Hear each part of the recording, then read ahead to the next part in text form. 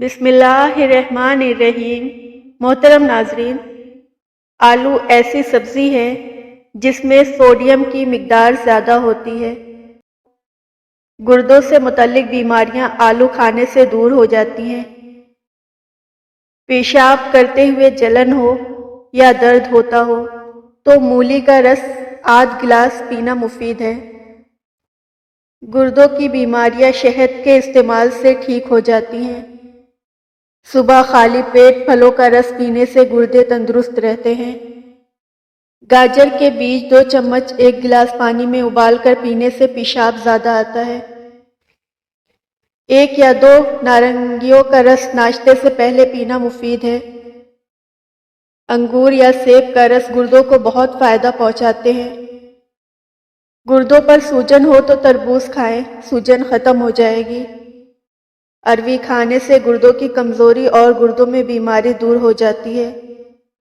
گاجر اور ککڑی یا گاجر اور شلجم کا رس ملا کر پینا گردوں کے امراض کو ٹھیک کرتا ہے۔ گردوں کی سوزش پالک، جو اور گنے استعمال کرنے سے ٹھیک ہو جاتی ہے۔ گردوں کی بے قاعدگی کو کیلا، انگور اور چقندر کھانے سے باقاعدہ بنایا جا سکتا ہے۔ گردے ناکارہ ہو چکے ہوں تو کیلے کا استعمال کرنا مفید ہے۔ اگر کوئی عورت تمہیں دیکھتے ہی دوپٹہ ٹھیک کرنے لگے تو وہ تمہیں یہ اشارہ دے رہی ہوتی ہے کہ آپ کا اور اس کا پردے کا رشتہ ہے۔ اگر ہاتھوں پر میل وغیرہ جم جائے تو کیلے کے چھلکے بار بار رگڑنے سے یہ میل دور ہو جائے گی۔ کیلے ڈپریشن کم کرتا ہے اور توانائی فراہم کرتا ہے، اور اس کے علاوہ کینسر سے بچاتا ہے اور دل کو صحت مند بناتا ہے۔ برسات کے موسم میں پیاز کھانے سے آپ ہاضمہ جیسی بیماریوں سے محفوظ رکھ سکتے ہیں۔ مہدی پانی میں گھول لیں، آدھے لیموں کا رس ملیں، 4 لونگ پیس کر شامل کر لیں، 1 انڈے کی زردی شامل کریں، آخر میں دال چینی کا چھوٹا سا ٹکڑا پیس کر ملائیں اور پھر مہدی کو 2 گھنٹے کے لیے رکھ دیں۔ بعد میں شیمپو کر لیں۔ مہینے میں یہ 1 بار عمل کریں، اس سے بالوں کی حفاظت ہوتی ہے۔ ناریل کا تیل سر کے بالوں کو گھنا کرنے کے لیے سر میں گرم ناریل کے تیل سے مالش بہت زیادہ مدد دیتی ہے۔ ناریل کا تیل بالوں کو گھنا کرتا ہے اور مضبوط بھی بناتا ہے۔ ارک گلاب ہونٹوں ایڑیوں کے پھٹ جانے کی صورت میں ارک گلاب میں تھوڑی سی گلسرین اور لیموں کا ارک ڈال کر پیسٹ بنائیں، اسے پھٹے ہوئے حصوں پر لگائیں، آرام آتا ہے۔ ناخن پر تیل لگانے کے بہت سے فائدے ہیں، جیسے کہ اس سے یادداشت بہتر ہوگی، کمزور نظر بہتر ہوگی، اور اس کے علاوہ گھٹنے اور جوڑ مضبوط ہوں گے، بڑھاپا جلدی نہیں آئے گا۔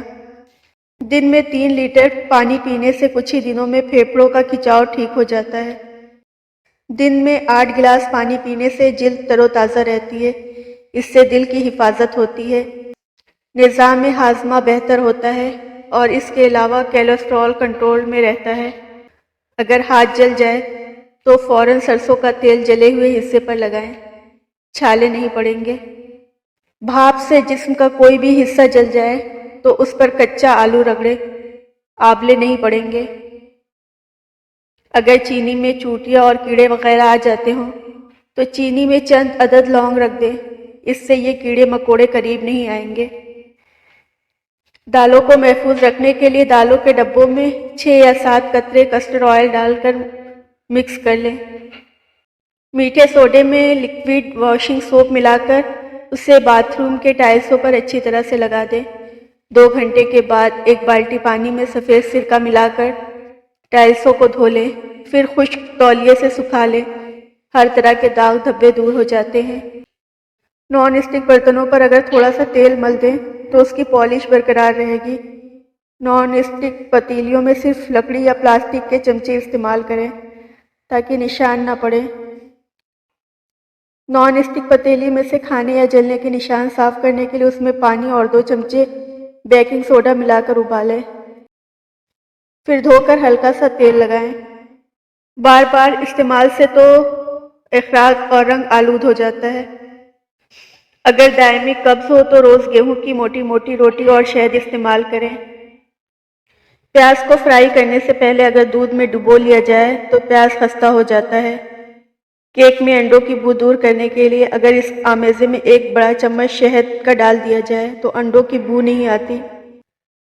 بھنڈیوں کو خستہ کرنے کے لیے پکاتے وقت اس میں چند قطرے لیموں کا رس ڈال دیں یا پھر 1 چمچ دہی ڈال دیں۔ سبزیوں کو تلنے کے بعد اگر ان میں تیل زیادہ ہو جائے تو تھوڑا سا بیسن ڈالنے سے تیل خشک ہو جاتا ہے۔ اگر کسی کپڑے پر گھی کا داغ لگ جائے تو اس حصوں پر لیموں اور نمک لگا کر ملیں اور صابن سے دھو لیں۔ اگر چاندی کا سیٹ کالا پڑ جائے تو اس پر ٹوتھ پیسٹ لگا کر رگڑنے سے اس کا رنگ نکھر جائے گا۔ لیموں پر نمک لگا کر اسے چکناہٹ والے برتن پر رگڑیں تو چکناہٹ دور ہو جاتی ہے۔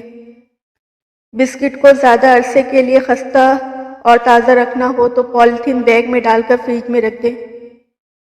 کچا آم لے کر کاٹ لیں، تھوڑے سے پانی میں ابالیں، جب جوش آ جائے تو اس میں کریلے کاٹ کر ڈال دیں، 4-5 جوش دیں اور کریلے نکال لیں، کریلوں کی کڑواہٹ دور ہو جائے گی۔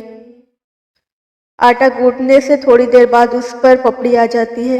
اس کے حل کے لیے کوئی بھی پلاسٹک کی تھیلی لے کر چوکور کاٹ لیں، اس کو پانی میں گیلا کر لیں اور آٹے کو ڈھانپ دیں۔ اس کے بعد آٹا فریج میں رکھیں، آٹے پر پپڑی نہیں آئے گی۔ اگر سالن پتلا ہو گیا اور آپ کے پاس ٹماٹر پیاز نہیں ہے تو بھنی ہوئی سوجی سالن میں ڈال دیں، اس سے سالن گاڑھا ہو جائے گا اور ذائقہ بھی اچھا ہوگا۔ کھانا پکانے کے دوران اگر ایک موم بتی کو چولہے کے قریب رکھ دیا جائے تو کھانے کی خوشبو صرف کچن تک محدود رہتی ہے۔